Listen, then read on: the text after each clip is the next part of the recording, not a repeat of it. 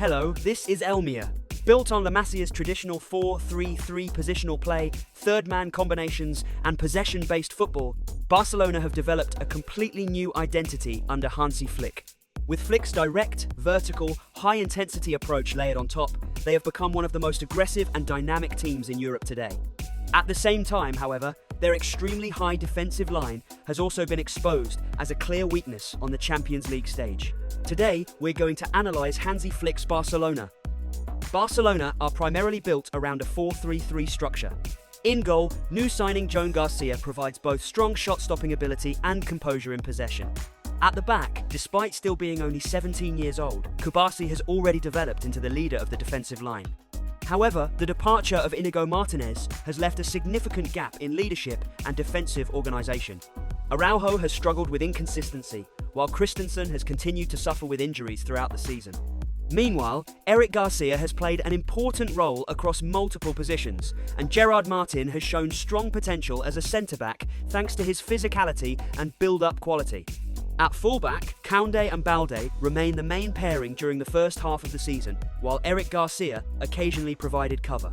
Later in the campaign, the arrival of Joao Cancelo added more tactical flexibility and variation on the left side. In the number 6 role, Frenkie de Jong remains the central figure because of his technical security and resistance under pressure. Bernal provides positional intelligence, Eric Garcia once again offers versatility, and Casado still remains part of the rotation despite falling slightly down the hierarchy this season. More recently, Gavi has also returned, adding intensity, aggression out of possession, and stability in possession. Alongside de Jong, Pedri has established himself as one of the best midfielders in world football. He dictates play from deeper areas, progresses the ball himself, and constantly creates chances through his movement and creativity. Between the lines, Dani Olmo or Fermin Lopez usually operate as the attacking midfielder, mainly occupying the right half space. On the right wing is Lamine Yamal, who has already developed into one of the best wingers in the world. On the opposite side, Rafinha provides relentless energy and attacking output, while Marcus Rashford stretches defences with his pace and 1-versus-1 ability whenever he is used in wider areas. Up front, with Lewandowski showing signs of decline, Ferran Torres has gradually gained importance. And whenever neither striker is available or in form, Dani Olmo or Rashford can also operate as false nines. Barcelona begin their build-up from a 4-3-3 structure, with the 3 midfielders occupying different heights in order to constantly create passing angles.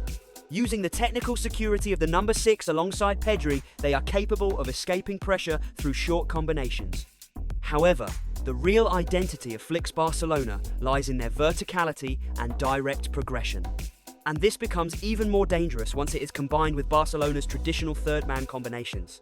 They invite pressure in deeper areas in order to stretch the distances between opposition lines. Then they immediately attack those spaces through direct progression. Joan Garcia and the back line constantly look for the attacking midfielder between the lines, or the striker dropping deeper from the front line. And while the ball is travelling, the movement of the third man immediately begins. These third-man runs are one of the main reasons why Barcelona are so effective at escaping pressure. Against man-oriented defensive systems, centre-backs are often dragged out toward the dropping striker or attacking midfielder. And the moment that happens, Barcelona immediately attack the space behind through the pace of their wingers. Third-man movements are also heavily involved in second-ball situations after direct attacks. On the flanks, Barcelona use more direct positional overloads. Pedri and the attacking midfielder drift wider in order to overload the touchline. On the left side, Balde or Cancelo combine through quick 1-2s or simply attack the space directly through ball carrying. On the right side, Yamal actively participates in the build-up phase. Constant rotations around him become key.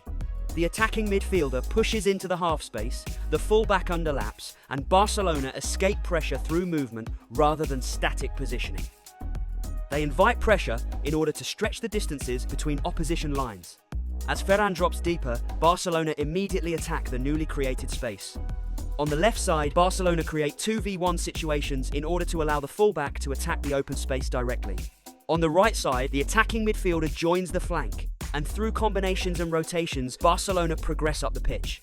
This is Barcelona's first phase build-up under Hansi Flick, a direct and vertical structure layered with Barcelona's traditional third-man combinations, allowing them to effectively escape pressure and progress forward.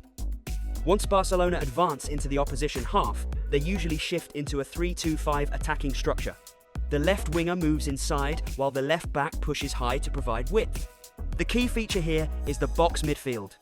This allows Barcelona to establish numerical superiority centrally while layering third-man combinations on top of that structure. As a result, they currently possess one of the strongest midfield structures in world football. De Jong and Pedri provide stability in possession, while third-man passing combinations allow Barcelona to consistently break opposition lines through the centre.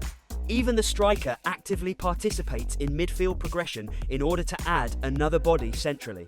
At the same time, the advanced midfielders aggressively attack the spaces between the lines through third-man runs. And whenever opponents attempt to congest the centre, Barcelona immediately shift the attack toward the flanks. On the left side, the inverted winger and advancing fullback create a 2v1 against the opposition fullback. Sometimes Rafinha attracts pressure before Balde attacks the space behind. Other times, Balde draws defenders outward before Rafinha attacks the half space directly. When Rashford and Cancelo play together, Rashford usually holds the width, while Cancelo moves inside. Cancelo can aggressively attack the half space himself, or create isolation opportunities for Rashford out wide. On the opposite side, Lamine Yamal remains the central figure. Pedri often carries the ball through the left half space in order to attract pressure before switching play toward the right side. Once the ball reaches Yamal, he isolates defenders in 1-versus-1 situations and attacks them directly. Koundé supports these situations through inverted movements and underlapping runs. At times, both fullbacks push high enough to temporarily create a 2-2-6 structure. In these situations, Pedri or the number 6 drops deeper in order to maintain balance behind the ball.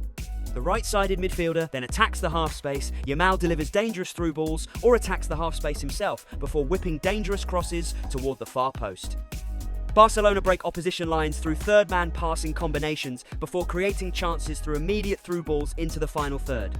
On the left side, they constantly create 2v1 situations against the opposition fullback, and once the fullback is dragged outward, Barcelona immediately attack the space behind.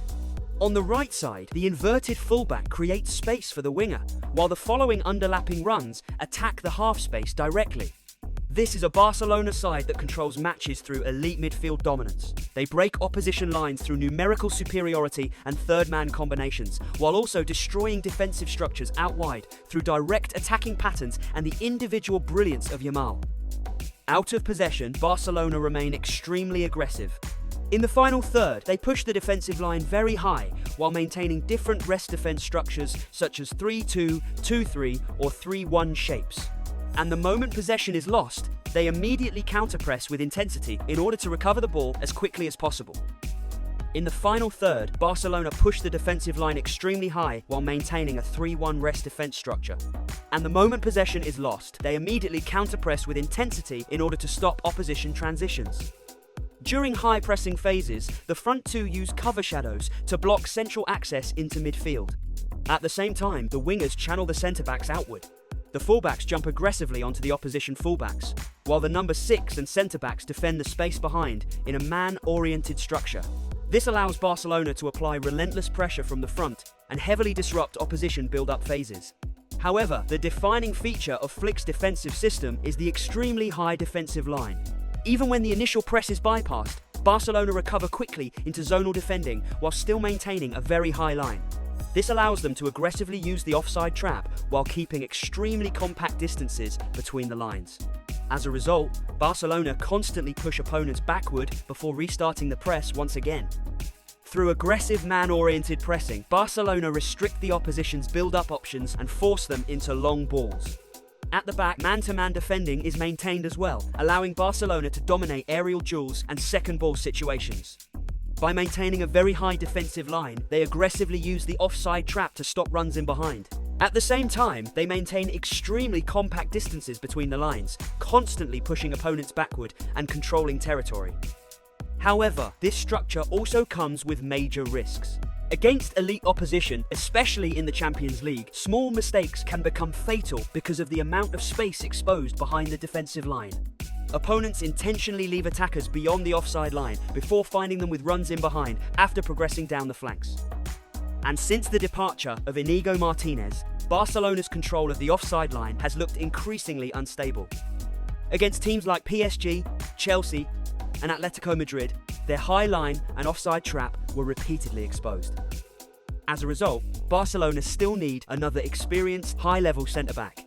Barcelona also need a more reliable goalscorer up front. With Lewandowski declining and Ferran remaining inconsistent, the team still lacks a truly elite finisher capable of consistently deciding matches at the highest level. Julian Alvarez has recently been linked with the club, although competition for his signature remains extremely intense. Hansi Flick's second season at Barcelona has seen the club's traditional third-man combinations and positional play fused with his own direct, vertical, high-intensity football. And the result is a Barcelona side that has won back-to-back La Liga titles while once again establishing themselves as genuine contenders on the European stage. Flick himself has already stated that the next goal is to lift the Champions League trophy with this team. The question now is, can Hansi Flick create a new era at Barcelona?